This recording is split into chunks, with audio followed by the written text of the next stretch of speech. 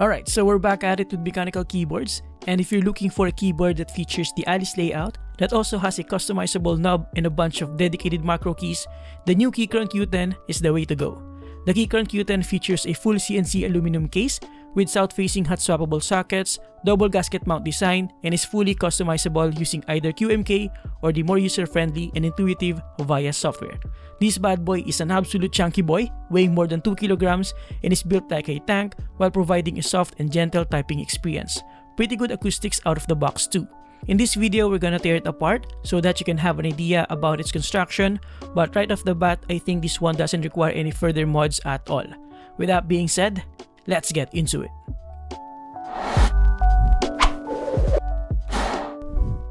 Before we start, I just want to say a huge shout out to all of you guys, especially those who are recommending me to brands like Keychron behind the scenes. The guy who worked on this keyboard actually reached out to me, so in a way, you made this video happen. Thank you, and thank you as well to Team Walters and Keychron for sending this in. They didn't have any say on this review though, and they'll see this at the same time as you guys, so yeah. So the packaging is pretty much the same as all Keychron keyboards, with a block box, image preview, and model name in front, some branding on the sides, and the key features at the back. Upon opening the box, you'll see a foam cover, and underneath that, we have the user manual, a guide for swapping out switches, some spare keycaps for Windows OS, additional gaskets, spare rubber feet and screws, and a braided USB Type-C to Type-C cable with a USB Type-C to Type-A adapter. Next, we have the Keychron Q10 itself, nicely protected by a soft touch plastic. And then we also have a dedicated quick start guide right here. And not only that, but underneath it, we also have a wire keycap puller, switch puller, Phillips screwdriver, and an Allen wrench. Overall, the unboxing experience is pretty nice. At first look and touch, I was blown away by how massive and heavy it is. I mean, it's not my first time holding a huge and heavy keyboard like this, but man, this is a chunky boy. It weighs roughly around 2.4 kilograms, which is absolutely insane. Definitely not bringing this with me to the cafe. It feels really solid though, and you'll definitely notice the good build quality. In terms of the layout, for the most part, it features the familiar Alice layout of the Keychron Q8, but with the knob moved to the upper left corner. We also have an additional 5 macro keys here, a delete key and some of the nav cluster keys here on the right side, dedicated arrow keys, and a complete function rows up top. Of course, we have the split spacebar layout with 2 alt keys and the function key at the center. With a split Alice layout like this, you'll definitely have to learn proper touch typing, utilizing the home row as your reference. I also noticed that this keyboard has a good amount of flex thanks to the double gasket design, which we'll explore later when we tear this keyboard apart. Now, flipping it on the front side, you'll notice that the top cover overlaps the bottom case and that it has chamfered edges for a more interesting design. Flipping it on the left side, you'll get a better idea of it, and as you can tell, it features a slanted design for that usual ergonomic form factor. The keycaps profile is actually OSA, which we'll talk more about in a minute. Turning it at the back side, we have a dedicated switch between Windows and Mac OS, and beside it we have the USB Type-C port. The screw holes are somehow visible due to the nature of the chamfered edges. Turning it all over at the bottom, honestly I was hoping for some sort of branding or design here, maybe a logo or something, but as you can tell, it's completely blank. The rubber feet are also quite small, but does their job pretty well. Overall, the Keychron Q10 features one of the most unique and unorthodox layout that could tailor to some people who are specifically looking for this form factor. Now, in terms of the keycaps, what we have here is Keychron's own OSA profile, which is a sort of hybrid between OEM and SA profile. OSA means OEM spherical angled, so it features rounded edges while maintaining a relatively comfortable height. The fonts for the most part are also clean without any sub-legends and are quite consistent in terms of size and alignment. As for the construction of the keycap itself, it is made out of durable PBT plastic with double shot material for the legend. So yeah, it will not fade away over time and will not shine easily as well compared to ABS plastic. However, since the double shot material doesn't span across the entire keycap, it is relatively thin at around 1.1 to 1.2 millimeters. Overall, a pretty decent set of keycaps, especially considering the price of this fully built variant. In terms of the switches, what we have here is the Gateron G Pro Brown, which is tactile, but this keyboard is also available in Gateron G Pro Blue, which is clicky, and Gateron G Pro Red, which is linear. Gateron G Pro is now slowly emerging as the new meta in terms of budget switches for pre-built keyboards like this, which is nice since it is already pre-lubed out of the box with a better overall quality compared to its predecessors. Aside from that, the stabilizers are also pre-lubed with a good amount of lubricant. This keyboard also supports screw-in stabilizers, including third-party stabs, which is nice to see on a fairly affordable keyboard. On top of that, this keyboard also features south-facing hot swappable sockets, which eliminates any sort of issue with interference when using cherry profile keycaps. Overall, at least from the outside, the Keychron Q10 looks really compelling. I haven't noticed anything I dislike thus far. The design, to be perfectly honest with you, is quite basic. I mean, it's completely black without any accent color or lining or whatever, but this is nothing new from Keychron. Most, if not all, of their keyboards resemble a minimalist muted design language. And if you fancy this kind of look, then perfect. Alright, so let's move on to the Teardown Experience. Spoiler alert, this is actually one of the easiest keyboards to take apart, which makes this beginner friendly. Now, let's say you just want to access the bottom case and don't necessarily need to tear apart the PCB and plate combo.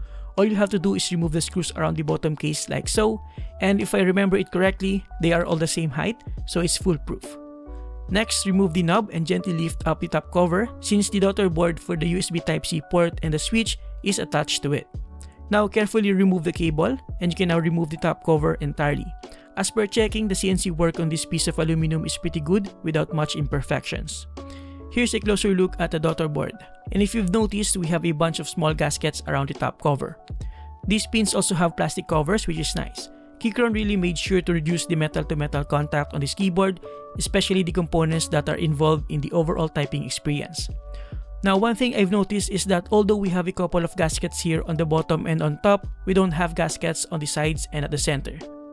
Now, since this keyboard doesn't have a battery, you can easily lift the PCB and plate combo like so and get access to the bottom case. As you can tell, there's not much hollow space here on the bottom case, so I don't think we need to add any foam here. We can also see here the platforms where the bottom gaskets on the plate will get in contact. Now, here's the PCB and plate combo with switches and keycaps still mounted. And if you flip it over, you'll see the acoustic tape. I guess this is their version of the popular tape mod, which makes the sound signature of the keyboard deeper and poppier. I'm not sure exactly what type of material this is, but it is sort of a stiff tape. Removing that reveals the back of the PCB, which has hot swappable sockets made by, of course, Gateron. And for those who are interested, this is version 1.3 and is compatible with both QMK and VIA. We can also see here the gaskets around, which is actually quite substantial. I mean, all of them are fairly long in comparison with most of the keyboards that I've built before. Now, if you want to access the middle part, obviously you also have to remove the keycaps and switches. By the way, the plate is made out of steel and not aluminum, and I was able to verify that not only from the product page but also using magnets. Again, these Gateron G Pro switches are already pre-lubed, and as you can see, it's more than enough. Personally, while pre-lube switches are such a gift from heaven, saving users a ton of time, I still prefer lubing my switches so that I can have full control over the amount and places I want to lubricate. Now, after removing the keycaps and switches, remove the screws that are holding the PCB and plate together. Like I said earlier, we have some missing gaskets here on the side, which I think Keychron decided to just be optional since they also provided extra gaskets on the package. Here we have the foam dampener, which if I'm not mistaken, is made out of EVA foam. And finally, we have the PCB with the stock screw-in stabilizers. Although there were a lot of steps, the teardown process is super easy in my opinion. Even beginners can do it on their own. And if help is needed, Keychron also has a guide on how to disassemble a Q-Series keyboard on their website. Now, while the stock stabilizers of the Keychron Q10 are already pretty good, with a good amount of pre-lube out of the factory, I honestly feel like the application is not optimized, especially on the side of the stems. So before I put this back together, I'll take this opportunity to try out the AEBoards Staebies V2, which I got from Zine Studios PH. These are screw-in stabilizers that, as per feedback by the community, are pretty straightforward stabilizers without further modifications needed aside from basic lubing using Krytox 205 grade 0. So that's what I did, no holy mod, micropore mod or anything like that, just basic lubing. Of course, it's always a good idea to test it out before completely reassembling the keyboard. Now, after replacing the stabilizers with the AEBoards Staebies V2, let's now put it back together by just reversing the teardown process. And there you have it guys, as I've pointed out earlier, tearing this keyboard apart is pretty straightforward. Okay, so before I share with you the rest of my thoughts including the lighting effects, other features and functionalities, including the VIA software and my overall experience, here's a quick sound test for you guys.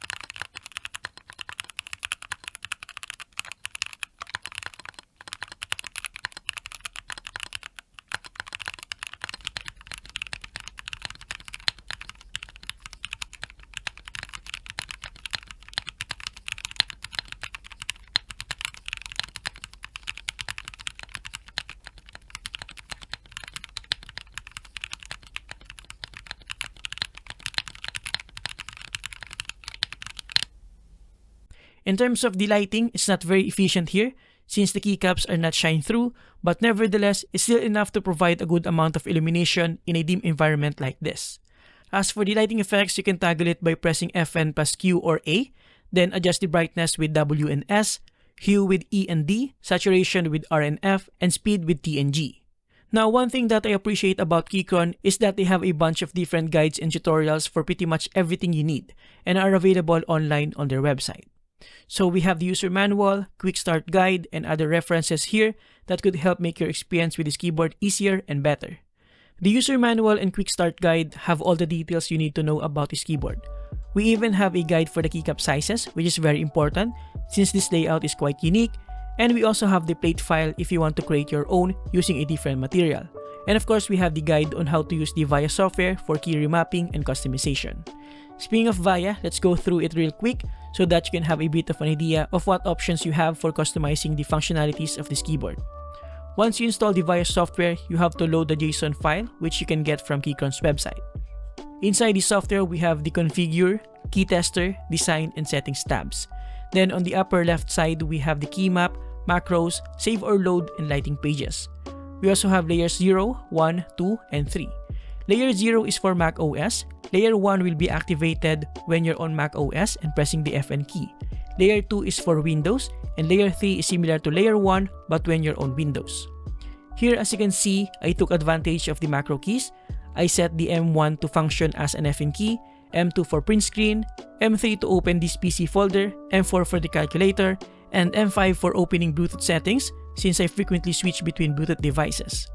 Now, I wanted to change the function of the knob when I press the Fn key to function as zoom in and out, so I created a couple of macros for that and set it on the knob's clockwise and counterclockwise functions under layer 3. Pretty freaking awesome. Aside from that, of course, you can remap any key to a different function like basic keys, media shortcuts, macros, layers, etc. You get the idea. You can also toggle full NKRO or 6-key rollover, whichever you need, you have it here. Overall, having VIA support on this keyboard is pretty awesome, especially how intuitive it is compared to the native QMK firmware. Now, as for my personal experience using the Keychron Q10 for several days now, I got to be honest, I had to adjust to the unorthodox layout. Mind you, this is not my first time daily driving an Alice layout keyboard, but the location of the knob and the macro keys on the right side sometimes throws me off. There are instances where I reach out to the upper left corner to toggle the escape key, but I'm hitting the volume knob instead. The same goes when I reach for the control key, sometimes I hit the macro key. And I'm so used to having the volume knob on the right side that sometimes I find myself reaching the delete key in the upper right corner. These are minor adjustments that I think anyone could get accustomed to in no time, but something worth noting about. Also, if you're not used to the Alice layout, this will force you to learn proper touch typing using the home row as a reference, which is kinda good in its own way if you think about it. I also like the overall typing experience on this keyboard. While it's made mostly out of aluminum, there is no noticeable metal pinging sounds and the typing experience is soft enough even though the plate is made out of steel. That is thanks to the good amount of gaskets around this keyboard. In my honest opinion, it sounds good enough as well to not warrant any further modifications. So to conclude, I honestly feel like the Keychron Q10 is a pretty decent board overall considering everything it has to offer. It is built like a tank, albeit quite heavy and massive. It features a double gasket design and already has acoustic tape, sound dampening foam, and pre-lubed switches and stabilizers. It even features south-facing hot swappable sockets. On top of that, it also supports QMK and VIA. If you're willing to put some time into getting used to this layout and you really need those extra macro keys, then definitely consider this. Otherwise, the Keychron Q8 is a good alternative. And there you have it guys, thank you for watching. Huge thanks to Keychron and Team Walters for sending this in. You can get this using the link below. By the way, I got a special request to greet one of my viewers, Jan De Castro. Belated happy birthday to you, bro. Thank you for watching, subscribe if you like this, and see you next time. Have a great day guys, you're awesome.